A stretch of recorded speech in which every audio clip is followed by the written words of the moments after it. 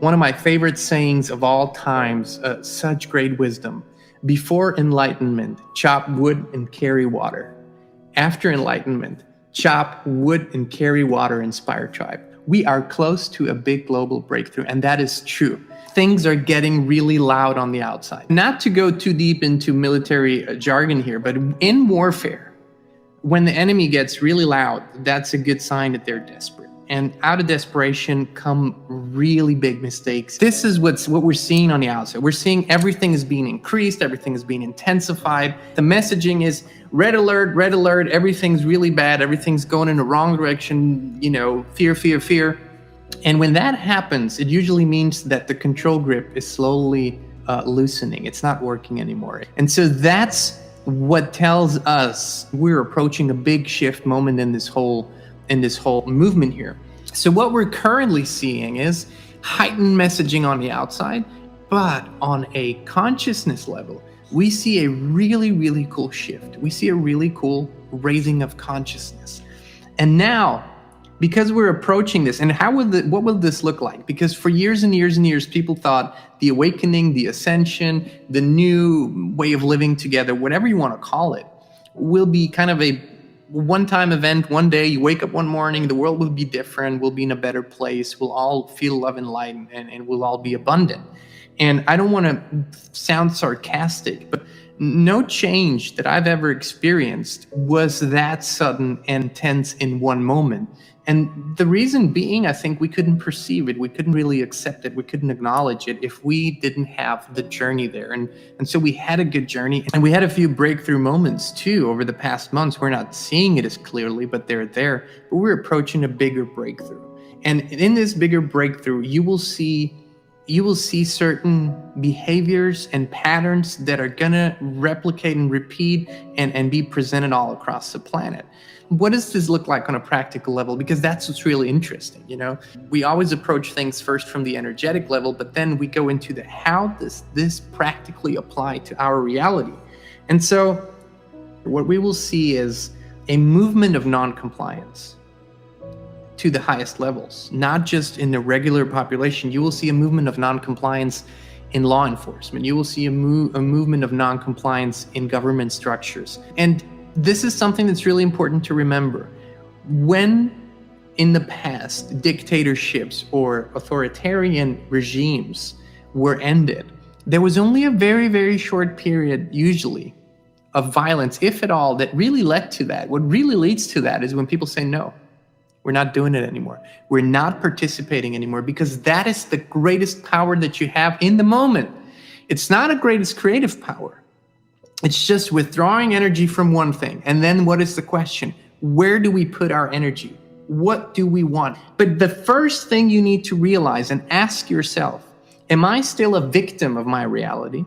Am I still a reactor to the reality, or am I a creator of reality? That's a choice. That is a choice. If you continue to be a victim of reality and just a reactor to outside happenings in the world, then nothing big's going to improve in your life, because you have not yet discovered your true power, that you are a co-creator in that reality. That's a really important question. For this coming breakthrough, we really need an awakening of the knowing that we are not victims, not reactors to reality, but we are creators of reality. Spirituality is only as good and as important in our lives as much as we can really apply it to our lives. So we're moving from theoretical understanding to practical application in our lives. And that's what's happening, because the breakthrough, something wonderful is going to happen. I know we all have this sinking feeling a lot of times when we wake up in the morning that it might be a beautiful day, but there's this layer of heaviness that is almost like a veil that is above our whole reality here on Earth. And I know that so many of us have been waiting all our lives to feel what it feels like when this veil is lifted, and when there's a more lightness to life, and when colors get more intense and sounds get more intense. And we're approaching this time. I can feel it. So many of us have been brought up in the belief that we cannot co-create our reality, that we are victims and reactors to reality, and that we need to just find a way to function in the current reality. But if we flip the script and realize we are the ones who are creating it, we can actually achieve great things. And that's what we've been doing on a collective scale over the past decades. And the moment is here. The moment of shifting is here. And those shifts will happen in all areas of society. It might look like everything's falling apart and everything's breaking apart and things don't function the way they used to, but that has to happen. It's called disruption. Nothing can change without disruption. Disruption is the moment when something comes to an end and something new begins, and that little phase in between, that's the disruptive process. We all have to get used to new things. We all have to create new thoughts, ideas, visions on how this is going to work. And this is the time where you do it. And this is what is required of us in this time, because when we say this big shift is coming, it also means we need to be ready for the period in between, and we need to have the vision, because the vision is what gets you through the moments when on the outside everything seems in chaos. So as things become chaotic, it's actually a sign of change. It's actually a sign of shift. And then we need to not buy into the idea that there are outside people who are going to tell us how this new reality looks like. It's us. It's our moment. It's not the moment of big organizations. It's not the moment of big government. It's not the moment of, any self-appointed guru who's going to go out there and tell the world how it's going to live and what this is going to look like. It's our moment where we get to co-create, where we get to align with our natural abilities and begin to develop our skills again.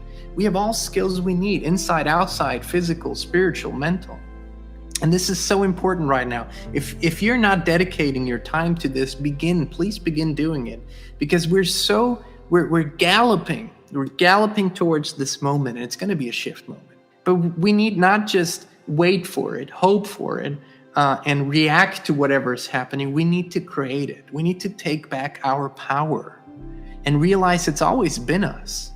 But we can be a passive reactor and a victim of our reality, or we can be the active creator, the thriver, the prosperer in our reality and of our reality. And that's a choice we all have to make now.